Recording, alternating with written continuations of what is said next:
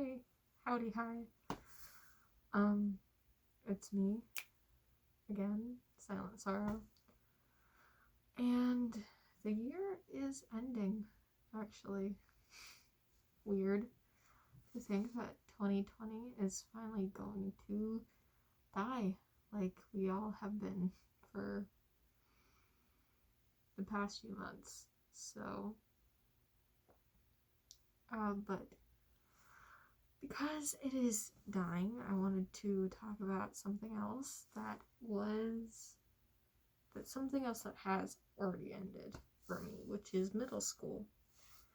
And I don't want to talk about like my middle school experience or anything like that. I want to talk about a specific teacher of mine. And anyone who knows me knows this teacher. But I will nickname him Mark. Different name, not the same person, but so I met Mark I want to say second year into middle school, and I met him through a match of Viking ball, as they called it, where it was basically dodgeball, but you would hide behind pillars and such as you went along. So it was dodgeball, but they didn't want to call it that. And that was the day our rivalry began, because he complimented my dodging skills, and I was like, yeah, and then I got hit, and he's like, you're out. I gave him a look of like, sure, I'm coming after you next. But a year after that, I actually had him for my history class. He was probably the most influential teacher I had ever had, and he was always the kindest to me. Always understood and never forced me into a group with other people that I did not know. I had my best friend in that class, and he made sure to tell my teacher that, like my new teacher after that we should always be set up together. Because we worked very well together, and we always got our work done. And our relationship as like a teacher and student, it was never more. He was a good guy.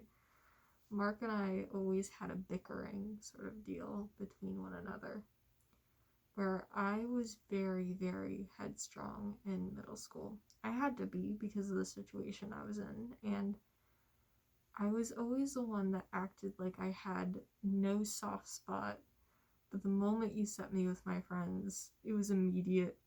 My demeanor would change. I'd be the kindest person in the whole world. If someone was on the quiet side, I would be really soft and nice with them. But the moment there was someone that I knew to be not a good person, that demeanor would change and definitely not be friendly towards them. But he took note of this, and I didn't know that he did, but he did. And he basically mentored me. We would bicker, and he would show me when too far was too far.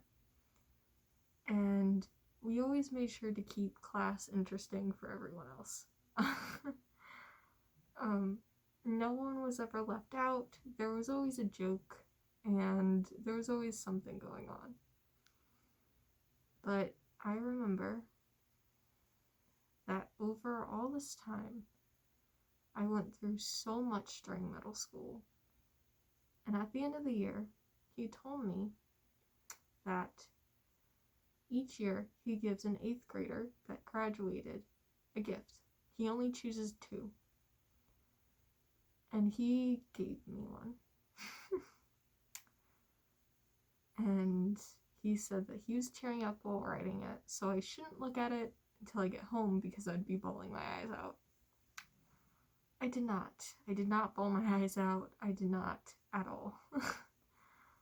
I did tear up, but it took me years later to understand what he meant. And we only ever called each other by our last names, and I had a feeling that he knew that I was trans before even I did. And I remember the note very clearly. The gist of it was, I have it downstairs, but in all my years of teaching, I have taught a Spider-Man, a Batman, a Superman. But I've never taught someone like you. I know you will make me proud. I know it for a fact. You've always been so headstrong and so kind to those who need it, but you never like to show that you are actually soft. And he put down that he said, "You are the first ever Yondu I have ever taught." And if you don't know who Yondu is, he is Star-Lord's dad from Guardians of the Galaxy. I have a little figurine he got me right over there. I'll go grab it. Okay, I'm trying to get it to focus, but it's only focusing on me for some reason. Come on. Come on. There it goes. This is my Yondu. This is the original Yondu. Now please focus back in on me. This is the original Yondu from the comics, and he, it really meant a lot to me because of all the things I had gone through during middle school.